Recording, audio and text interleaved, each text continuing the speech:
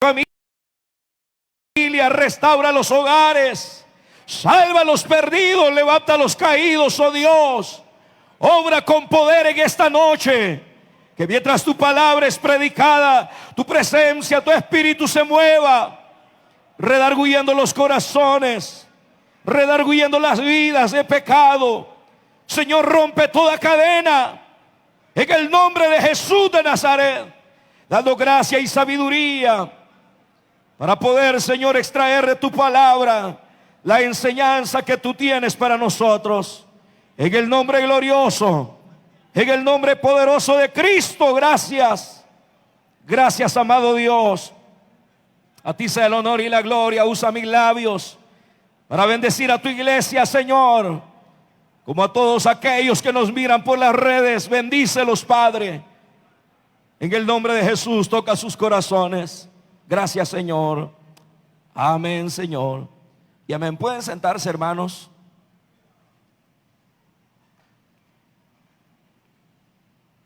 El tema, hermanos, de esta noche es el rapto de la iglesia. No sé si le interesa ese tema. Creo, hermanos, que como iglesia que somos, es bien importante que estemos bien informados sobre lo que la palabra de Dios enseña sobre los tiempos finales. Prácticamente la Biblia tiene, hermano, la instrucción para cada momento de la existencia de la humanidad, y en especial para la iglesia, para que la iglesia conozca lo que es el plan perfecto de Dios. La venida del Señor, así como tuvo su fiel cumplimiento cuando Él vino por primera vez a esta tierra, su segunda venida también será muy real. Y la iglesia, hermano, debe de estar en esa expectación de saber que nuestro amado Salvador puede venir de un momento a otro. La segunda venida de Cristo, o su advenimiento, como le llaman otros, tendrá dos apariciones, según la Biblia. Eso ha llevado a la controversia a la iglesia en un sentido teológico, porque son pocos, prácticamente solo los latinoamericanos, algunas iglesias en Estados Unidos creen en el arrebatamiento de la iglesia reformada, especialmente en Europa. No creen, hermanos, en el arrebatamiento de la iglesia. Creen que el Señor va a venir por segunda vez, pero que la iglesia no va a tener un arrebatamiento. El problema consiste, hermano, no meramente en que no haya una enseñanza en la iglesia reformada con respecto a lo que es el tema de el arrebatamiento de la iglesia. Porque cualquier teólogo sincero y humilde de corazón que quiera, hermano, exponer el plan perfecto de Dios, no puede pasar por alto el hecho que el Señor va a arrebatar a su iglesia. Estaba leyendo, bueno, uno como pastor tiene que leer de todo.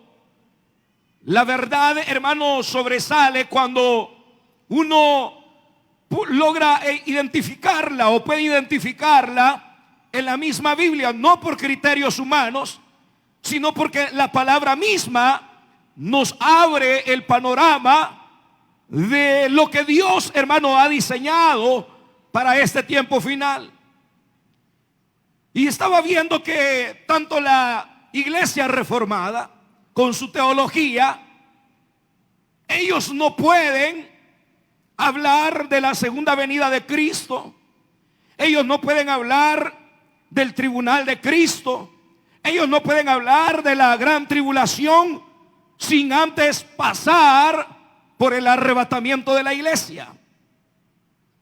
Y estaba leyendo su teología, y ellos, en unos párrafos que tienen cuando van a pasar a la gran tribulación, en unas pocas palabras, ellos dicen: después de que la iglesia sea arrebatada, entonces será el desenlace de la gran tribulación. Pero es lo único que ellos dicen. Ahora, no lo enseñan como doctrina, pero lo creen.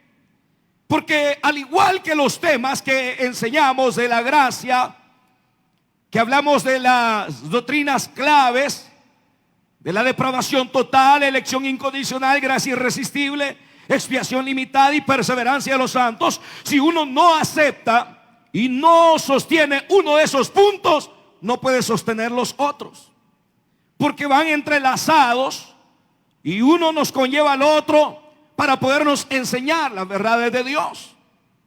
Ahora, ¿por qué ellos no creen en la doctrina del arrebatamiento? Simple y sencillamente porque para ellos creen que es una enseñanza del siglo XIX, a través del teólogo John Derby y a través de el escritor de la Biblia Scofield, la Biblia de estudio Scofield, donde se presenta un panorama de toda la historia de la iglesia a través de 7 pactos y 7 dispensaciones. Y entonces le llaman el sistema dispensacionalismo o dispensacionalista, que según ellos Dios se limita a Dios en el sentido de no poder tener o trazar un solo método de interpretación. Pero es que la verdad es que nosotros, hermanos, no podemos encerrar a Dios y hacer o querer hacer lo que realmente Dios no ha hecho. Si Dios ha dejado en su palabra, cuando dice, cuando llegó el cumplimiento del tiempo, se está hablando de un periodo en el cual Dios determinó hacer algo. Y ese sistema usted lo va a encontrar en toda la Biblia. Y si usted no hace esa separación, se cometen los grandes errores, como meter a la iglesia en medio de la gran tribulación, a finales de la gran tribulación, y otros que creemos, en el caso de nosotros, que la iglesia no pasará la gran tribulación. Ahora, para no caer en eso, uno tiene que ir a la Biblia y darse cuenta que en la Biblia tenemos las 2 apariciones. La primera de ellas, llamada el rapto de la iglesia, aquí lo hemos leído, ya lo vamos a ver en detalle.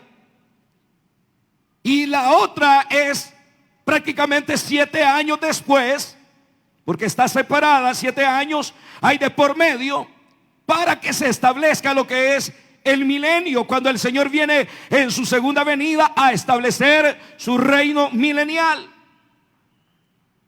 Entonces, hermano, tenemos en la Biblia los 2 momentos. ¿Hay diferencias? Claro que las hay. En el primero, el Señor viene en las nubes y la iglesia es arrebatada para recibir al Señor en el aire. En la segunda, cuando Él viene a establecer su reino, Él sí posa sus pies sobre la tierra. Entonces hay diferencias bien marcadas en los 2, hermano, sucesos o eventos que la Biblia señala. Claro, nosotros estamos a la expectativa de que el Señor va a arrebatar a su iglesia. Pero oiga esto, hermano. El Señor no dejó esta verdad en su palabra para que estuviéramos especulando. Ya va a ser, mañana va a ser, el otro año va a ser, esto me está diciendo que ya va a ser. Porque la gente especula mucho y se atreve mucho, y hay gente que hasta hace negocio de la palabra de Dios, sugestionando a las personas. Por ejemplo, acaba de pasar un acontecimiento tremendo en el Oriente Medio entre Estados Unidos e Irán. Y las redes estuvieron, hermano, bombardeando. Y los cristianos dicen, prepárate, Cristo ya viene, prepárate, Cristo ya viene. Porque había muerto un hombre y porque decían ya viene la tercera guerra mundial. Esos hermanos andan más perdidos que a saber qué, hermano. Porque no leen la Biblia. No se dan cuenta sobre los acontecimientos que tienen que darse para que todo eso suceda. Y yo le voy a dar un poquito nada más, un adelanto nada más, y le quiero decir y que le quede claramente esta verdad: el mundo no será destruido por la decisión humana. ¿Oyó lo que le dije? Si usted está creyendo que una tercera guerra mundial va a destruir el mundo, el cosmos, y que todas las bombas nucleares van a desaparecer la raza humana, usted no ha leído la Biblia. Usted no sabe, usted no conoce a Dios. Porque la Biblia señala claramente que el juicio sobre este mundo va a venir de parte de Dios. Es Dios el que va a tratar con el mundo, no el mundo entre ellos. Y mire qué chasco le dio el Señor a toda esa gente que estaban diciendo: y ya viene la tercera guerra mundial, y prepárese, Cristo ya viene, y prepárese. Y la gente asustada. Y de repente dice el hombre: no, hombre, mejor le voy a poner sanciones a ese país y aquí ya no nos vamos a atacar. Y se acabó la bulla. Porque le vuelvo a repetir, no es el hombre, incluso en las decisiones que el hombre toma, está la mano de Dios. Está la mano de Dios. No hay, hermano, decisión que en la tierra se tome que Dios no esté al control de todo. Es que si Dios no tiene el control de este mundo, Dios ya no es soberano. Pero Él es el soberano de los reyes de la tierra. Amén, hermanos. Oiga bien, Él es el soberano de los reyes de la tierra. Manda presidentes, manda reyes. Él manda a todos. A todos. Entonces fíjese, hermano, qué tremendo es lo que la palabra de Dios nos enseña. En primer lugar, leemos ahí que el apóstol Pablo quiere que la gente conozca con respecto a la esperanza que como iglesia tenían. El contexto donde se escribe esta carta es un contexto de persecución, de muerte, de martirio. No es un contexto de bonanza.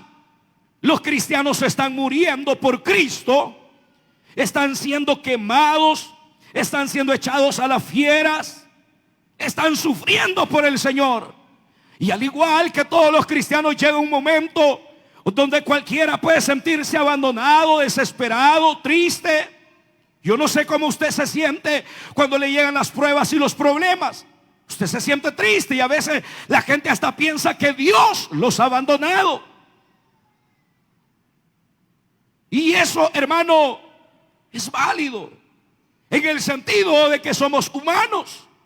Pero es en esos momentos cuando la voz de Dios, la palabra de Dios viene para decirnos: no estás solo, no estás sin esperanza.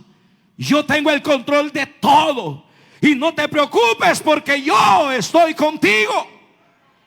Mire, acá los cristianos estaban muriendo, pero Pablo le dice: no quiero que ignoren acerca de los que están muriendo como los otros. O sea, para que no tengan tristeza como los otros que no tienen esperanza.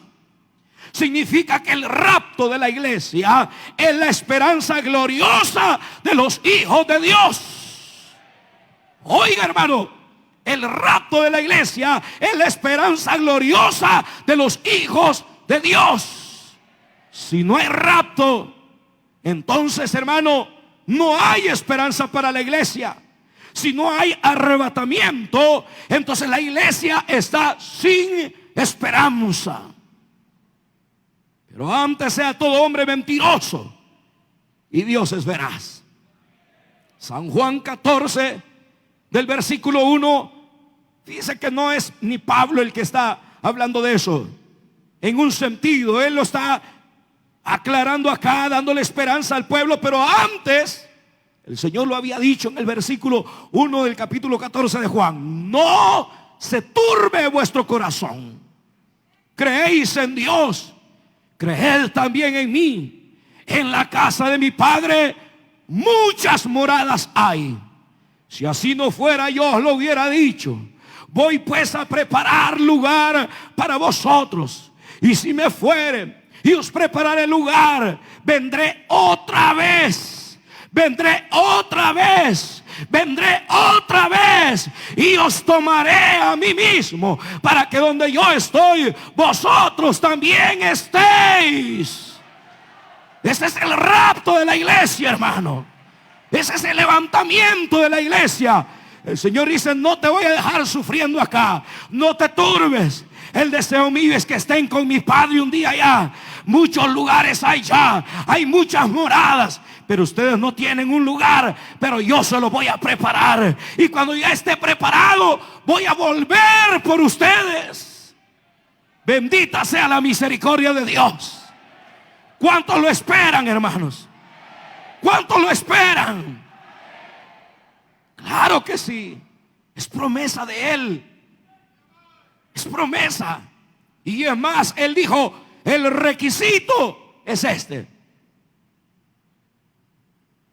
yo soy el camino, la verdad y la vida. Y nadie llega al Padre si no es por mí. Es decir, Él dio todo, el paquete completo, para que la iglesia estuviera preparada. Es que si no hay lugar ahí arriba, entonces tienen lugar los filósofos, o tienen razón los filósofos de decir: mira, disfruta de la vida, porque después de esta vida no hay otra. Pero si nosotros creemos que el Señor tiene lo mejor para nosotros, ¿cuántos creen que el Señor tiene lo mejor para nosotros? Claro que sí. A los políticos no les crea. No le crea al hombre, créale a Dios. Porque el hombre siempre le falla, pero Dios no falla. Amén, hermanos. Oiga, dice Pablo acá: porque si creemos, versículo 14, que Jesús murió. En la historia toda la gente cree que Jesús murió. Pero no basta con creer que Él murió, porque si Él solamente hubiera muerto, nos deja sin esperanza. Pero dice: murió y resucitó. Nosotros sabemos que Él murió, pero al tercer día resucitó. Y se apareció a más de 500 hermanos a la vez. Y gente, hermano, fue resucitada. Como queriendo decir el Señor: esto solamente es una primicia, para que vean el poder que tiene la muerte y resurrección del Hijo de Dios. Imagínense que el impacto de que el Hijo de Dios descendiera a la tierra y muriera, hermano, fue más que suficiente para que muchos que habían muerto se levantaran.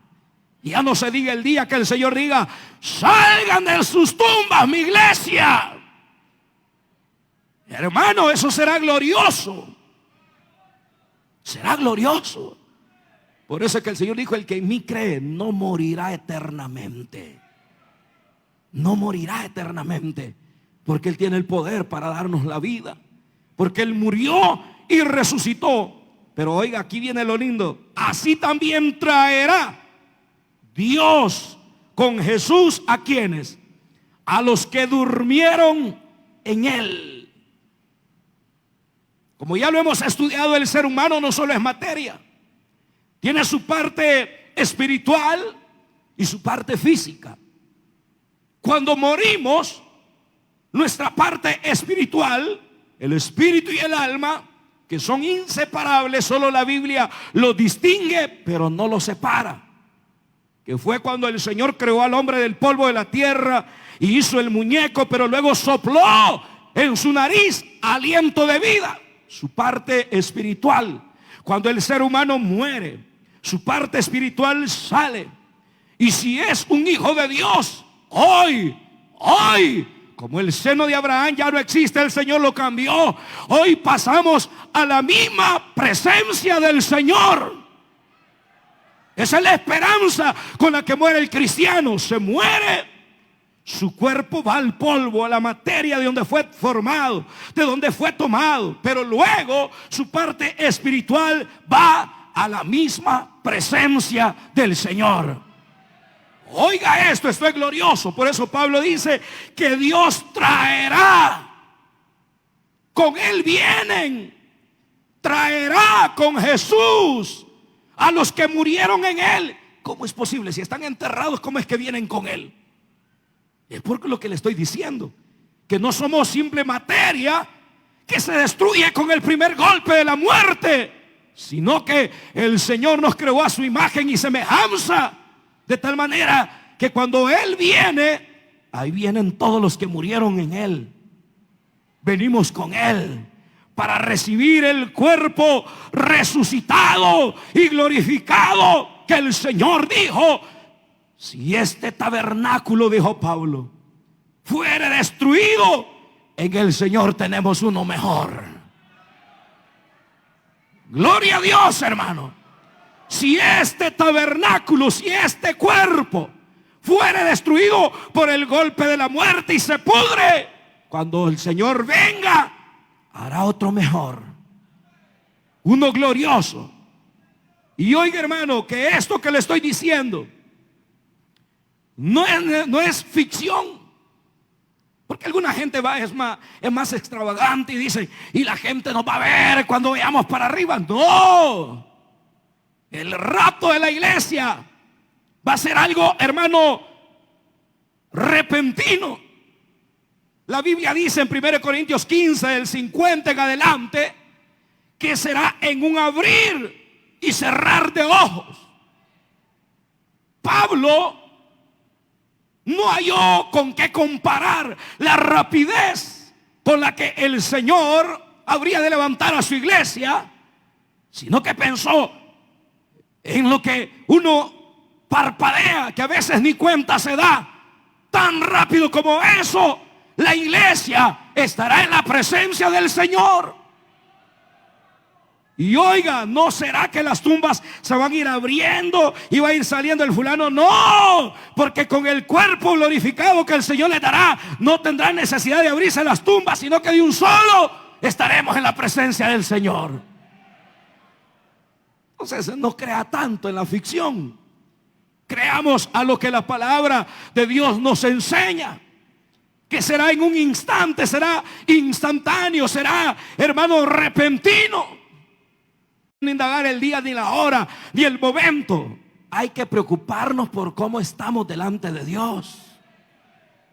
Eso es lo que hay que preocuparse.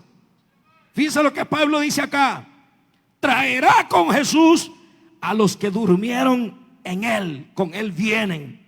Versículo 15.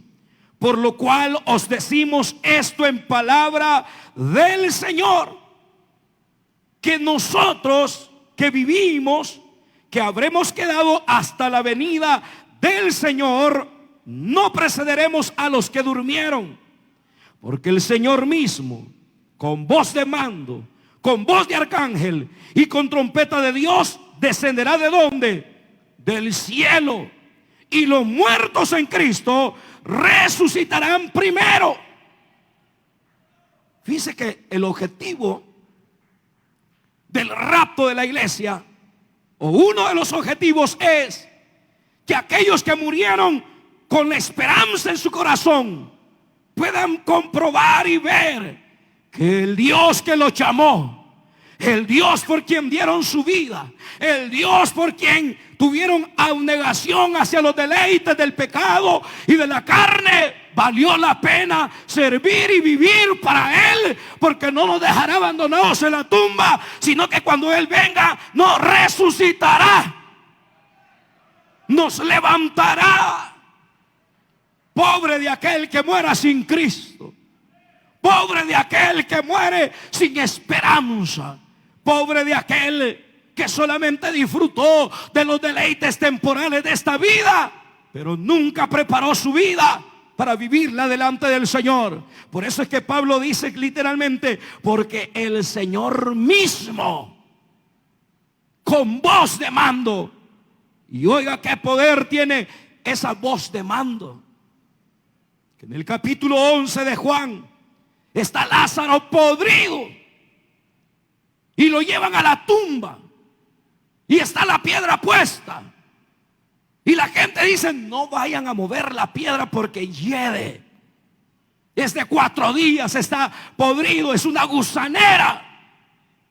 Pero el Señor dice: quiten la piedra. Y cuando quitan la piedra, Él hace una oración breve al Señor, pero luego da la voz de mando, la voz de Dios, la voz de autoridad: Lázaro, Lázaro, Lázaro, ven fuera. Y el que estaba podrido salió, porque la voz del Creador dio la orden. Ese es nuestro Dios, ese es nuestro Dios, ese es tu Dios, hermano, ese es tu Dios, hermana. Por eso es que los que creían en ese Dios decían: solo di la palabra, solo di la palabra. Tu palabra es creadora, tu palabra da vida, tu palabra bendice. Solo di la palabra. Qué voz de autoridad. Y por eso es que Pablo dice que el Señor mismo, con voz de mando, con voz de arcángel, con trompeta de Dios, dejará oír su voz. Y los muertos en Cristo habrán de resucitar primero. ¿Por qué dice resucitarán primero? Hay 2 interpretaciones. Una, porque después sigue la transformación de los que van a ser glorificados, que estén vivos. Pero en la Biblia también, cuando se habla de la primera resurrección, dice: bienaventurado y santo el que tiene parte en esa resurrección. La segunda muerte no tiene potestad sobre ellos, sino que serán reyes y sacerdotes para Dios. Si no te levantas en esta resurrección y te quedas en el polvo, un día solo volverás a vivir para ser enjuiciado ante el gran trono blanco. Porque la Biblia dice: mas los otros muertos no volvieron a vivir. Eso no es resurrección. Volver a vivir no es resurrección. Lo de Lázaro es que volvió a la vida. Pero cuando la Biblia habla de resurrección, está hablando de algo más glorioso. Está hablando de un cuerpo glorificado que jamás va a volver a morir. Porque Lázaro volvió a morir, pero el cuerpo nuestro resucitado, dice la Biblia, será semejante al de nuestro Señor Jesucristo. ¡Aleluya! Se alegra por eso, hermano. Eso es lo maravilloso. Si aquí, hermano, tratamos de imitar a nuestro Maestro, un día también adquiriremos el cuerpo glorificado semejante al de Él. Vale la pena ser cristiano. Vale la pena ser cristiano. Dice luego: nosotros, los que vivimos, los que habremos quedado, seremos, ¿cómo vamos a ser? Arrebatados. ¿Cómo vamos a ser, hermanos? Arrebatados juntamente con ellos en las nubes. ¿Para qué? Para recibir al Señor en el aire. Y así estaremos siempre con el Señor.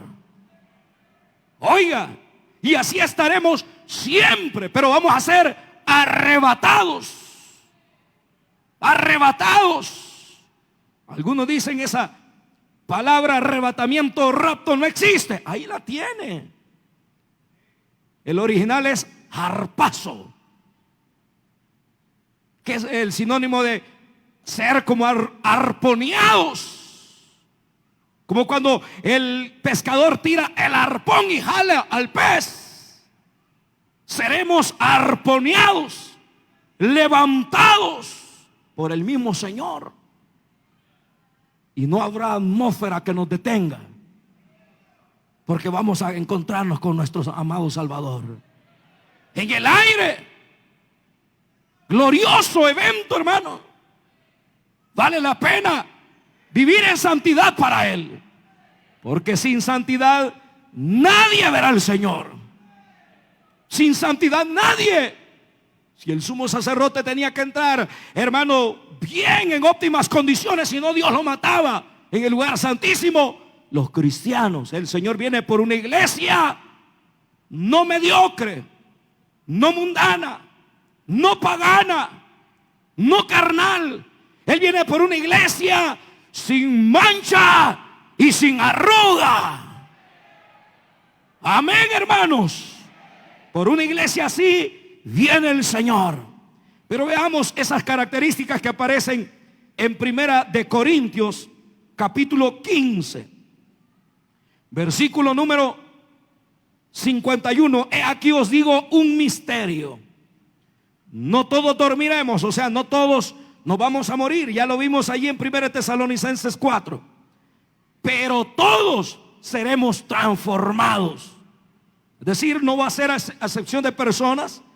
Todos seremos transformados, tanto los que hayan muerto en Cristo como los que estén con vida cuando Él venga. ¿Y cómo será eso? En un momento, dice el 52, en un abrir y cerrar de ojos, a la final trompeta, porque se tocará la trompeta y los muertos serán resucitados incorruptibles, y nosotros seremos transformados, porque es necesario que esto corruptible se vista de incorrupción y esto mortal se vista de inmortalidad. Y cuando esto corruptible se haya vestido de incorrupción y esto mortal se haya vestido de inmortalidad, entonces se cumplirá la palabra que está escrita: sorbida es la muerte en victoria. ¿Dónde está, oh muerte, tu victoria? ¿Dónde, oh sepulcro, tu aguijón? Ahí, hermano, será la victoria completa del Hijo de Dios contra toda carnalidad, incorrupción. Fíjese, hermano, que la gente ha llegado a creer que el evangelio es tan barato que hay mucha gente que anda en las calles y dice: acepte a Jesús y vas a ser salvo. Y yo he escuchado testimonios de personas que han muerto y han muerto en pecado. Y su familiar dice: pero yo recuerdo que un día que andaba bolito, un hermano le dijo: repite conmigo y acepta a Jesús como tu Salvador. Y entonces por esa confesión yo creo que está en los cielos. Y eso se da porque se ha pasado por alto el hecho de que en la Biblia Dios demanda arrepentimiento. En la Biblia se demanda nuevo nacimiento. Si no naces de nuevo, no puedes ni tan siquiera ver el reino de Dios. Y entonces, si el mismo Señor dijo: no todo el que me dice Señor, Señor. Si usted quiere, vaya hacia Mateo capítulo 7, 21 y 23. No todo el que me dice Señor, Señor entrará en el reino de los cielos, sino el que hace la voluntad de mi Padre que está en los cielos. ¿Qué nos dice eso, hermano? Que no es una simple confesión, es todo un cambio de vida, es una transformación. Porque allí mismo, oiga qué tremendo es esto: muchos me dirán, dice el Señor, no lo estoy diciendo yo, ahí lo tiene usted en la Biblia. Muchos me dirán en ese día: Señor, Señor, ¿no profetizamos en tu nombre? No es porque tú aquí digas así dice el Señor y profetices que vas a entrar al cielo. Es por la vida que llevas fuera de acá. Muchos me dirán: predicamos en tu nombre, hicimos muchos milagros. Y el Señor les dirá: de cierto, que no os conozco. Apartaos de mi vista, hacedores de maldad. No es una profesión, es una vida transformada, es una vida cambiada. El que yo sea predicador no me hace salvo. Puedo estar aquí predicando y ser el peor sinvergüenza. No se trata de eso, de privilegios. Se trata de hacer la voluntad del Padre que está en los cielos. Se trata de vivir acorde a lo que su palabra de Dios demanda de nuestra vida. Por eso es que cuando la gente llegue delante de Él, los libros se van a abrir y las personas van a ser juzgadas, hermano, no por lo que hicieron para Dios, sino cómo vivieron su vida delante de Dios. Si tú te quieres levantar un día de esta tierra, solo hay un requisito: tienes que nacer de nuevo. Tienes que vivir para Dios.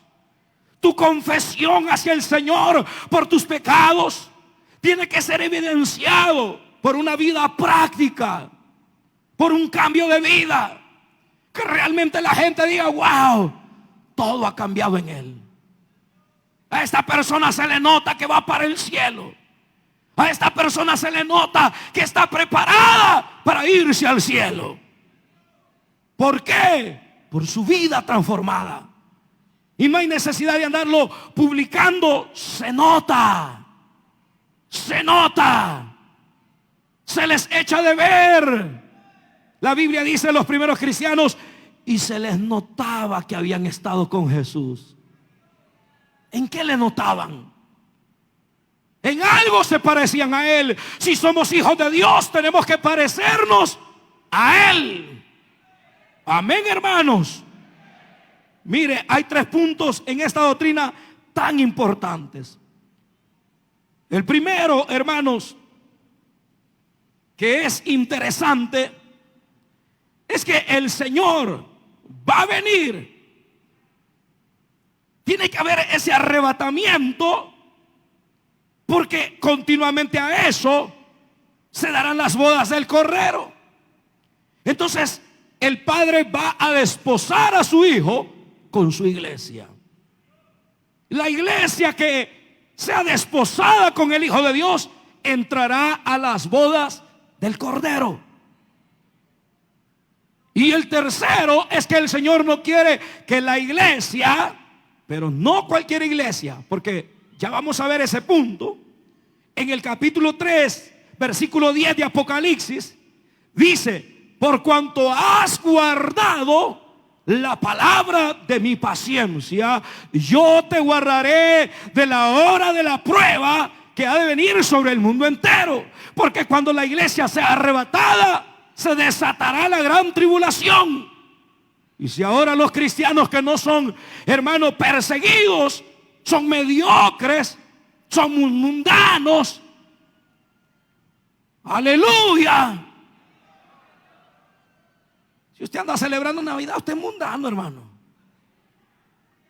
Déjese de cuentos. Si usted se echó las cervezas el 31 de diciembre, usted es mundano. Si usted anduvo, hermano, haciendo lo que no debía hacer, usted es mundano. A los hijos de Dios se les muestra o se les evidencia. Lea el libro de Esther. El libro de Esther dice que el pueblo que estaba en medio, en la capital de Susa, en el reino de Asuero, dice: ese pueblo es diferente. Ese pueblo no es idólatra. Ese pueblo no es pagano. Ese pueblo no se postra ante un hombre, se postran ante Dios. Eran distintos. Los verdaderos hijos de Dios, hasta de los detalles más mínimos, como Daniel, decían: no nos vamos a contaminar. Pero hoy la iglesia dice: no, si hoy estamos en la gracia y el Señor sabe que yo soy mundano y el Señor sabe que yo soy mundana, pues te vas a quedar con tu mundo. Porque los verdaderos hijos de Dios volaremos. Volaremos. Te vas a levantar. Si Cristo viniera hoy, se levanta, hermano. se levanta si Cristo viene hoy? Muchos no se levantarían y por eso no dicen nada. Porque saben cómo viven. Y ahí viven escudándose y justificando lo que hacen. El verdadero cristiano no anda justificando su carnalidad ni nada. El verdadero cristiano sabe lo que a Dios le agrada y lo que no le agrada. Amén, hermanos. Entonces, los que hayan guardado su palabra, esos serán librados de la gran tribulación.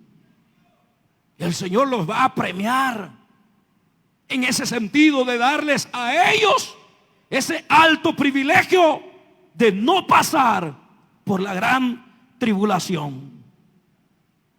Veamos otro punto, hermano.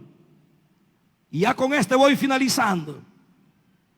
En el capítulo número 24, versículo 42 al 44. El Señor no dijo, estén a la expectativa de lo que está pasando. No dijo, velad, porque no sabéis a qué hora va a venir vuestro Señor. Pero debéis de saber que el Hijo del Hombre vendrá cuando menos lo esperen. Hay gente que está diciendo, no, es que como la gente no está preparada para recibirlo, Él no ha venido. Mira, hermano, Él va a venir, estés como tú estés, esté como yo esté, Él va a venir. Y la verdadera iglesia del Señor dice, ven, Señor Jesús. Pero muchos no quisieran que viniera ya. Pero la iglesia debe decir, ven, Señor Jesús, te esperamos. Entonces el Señor dice, velad, si no saben el día ni la hora. Pero velad, ¿qué significa? De cierto os digo, dice el Señor, que si el padre de familia supiera a qué horas el ladrón va a venir a robarle a su casa, velaría y no dejaría que ladrones se metan a su casa a robar. Así es que ustedes velad, velad, velad, estad preparados. Muchos no aceptan el hecho de que las 10 vírgenes sea una figura, pero es una figura de velar. Porque las 5 prudentes tenían aceite en sus lámparas y alumbraban. Y el aceite es sinónimo del Espíritu. Tenían vida espiritual. Y las insensatas dijeron, no, si hay tiempo, el novio no llega, las bodas van a ser tardadas, no agarremos aceite, no se prepararon. Pero de repente se oyó una voz que dijo, ahí viene el esposo, salid a recibirle. Y las prudentes prepararon sus lámparas. Y luego las insensatas dijeron, dadnos de vuestro aceite, porque nuestras lámparas se apagan. Y ellas dijeron, no, vayan a buscar. Si ustedes creen que hay tiempo, vayan a buscar. Y en lo que ellas fueron, dice la Biblia que se dieron las bodas y se cerró la puerta. Y ellas llegan, ábrenos, Señor, ábrenos. Eran vírgenes, tenían lámparas, pero no tenían aceite. Eres cristiano, tienes privilegio, pero eres mundano. ¿De qué sirve? De nada. De nada, solo eres el esqueleto oyendo la palabra. Pero tu alma anda rondando los cementerios ya. Vives lejos de Dios. Como dijo el Señor, este pueblo de labios me honra, pero su corazón está lejos de mí. Está lejos. Si mire, si la temporada, hermano, de diciembre, la gente se va. La gente se va. La gente que dice que ama a Dios y se van para las playas. Yo le dije a los hermanos, no vayan a andar quemando el dinero. Pero como siempre hay gente que no hace caso. Una hermanita ahí le compró, no sé, de esos cuetillos que echan fuego, y le cayó en el pie al niño y se lo quemó. ¿Qué gracia va a ser eso? Todo porque la gente quiere vivir con un pie en la iglesia y participando de las cosas que el mundo le ofrece. Santiago, por eso a nadie le gusta predicar de Santiago ni leerlo, porque Santiago es bien crudo. Santiago 4:4, ¿lo ha leído? ¿Qué dice? ¡Oh! Almas adúlteras. Adúlteros les decía. Porque un adulterio es aquel que tiene a su mujer, su esposa en la casa y anda con otra en la calle. ¡Oh! Almas adúlteras que están en la iglesia y dicen que van para el cielo y que van a ser arrebatados, pero están deleitándose en el mundo. Eso dice Santiago. ¡Oh! Almas adúlteras, ¿no sabéis que la amistad con el mundo es enemistad contra Dios? Cualquiera que quiera ser amigo del mundo, declárese enemigo de Dios. Es un enemigo de Dios. Porque Pablo dice que el verdadero hijo de Dios piensa en las cosas de Dios, ama las cosas de Dios, y en las cosas de Dios se deleita. Ese es el verdadero hijo de Dios, el que se deleita en las cosas del Señor. Por eso el Señor dice: velad, estén preparados, no se descuiden, porque no saben el día ni la hora. No ande averiguando cuándo va a ser, cuándo van a empezar las guerras, los terremotos, y eso siempre ha habido. Cada 10 segundos se cree que hay un temblor en todo el mundo. Guerra siempre ha habido, pestes, hambres. Pero usted no esté preocupado por eso. Preocúpese cómo está usted delante de Dios. Preocúpese cómo está la vida que llevamos delante de Dios. Y si usted se examina y nos examinamos, decimos: qué bárbaro, estoy mal, vuélvase al Señor y sea verdadera iglesia.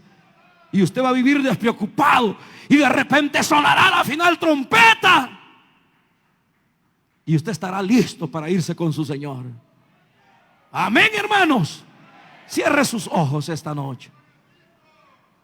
Él está aquí con nosotros.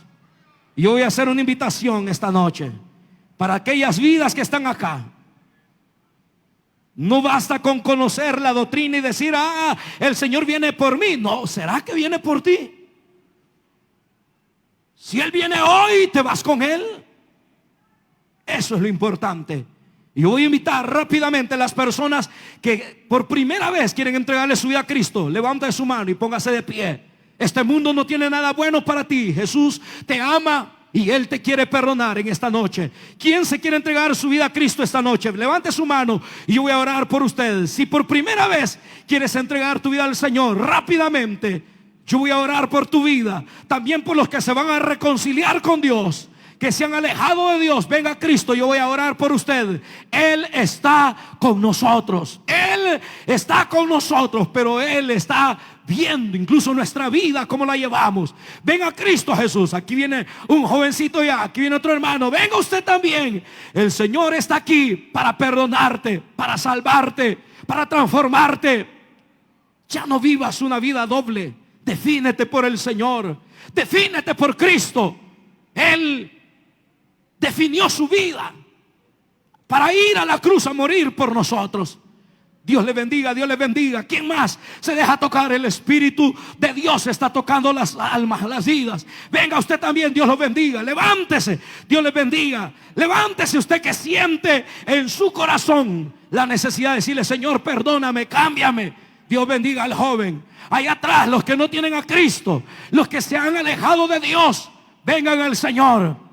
Vengan al Señor. ¿Cómo lo estás esperando?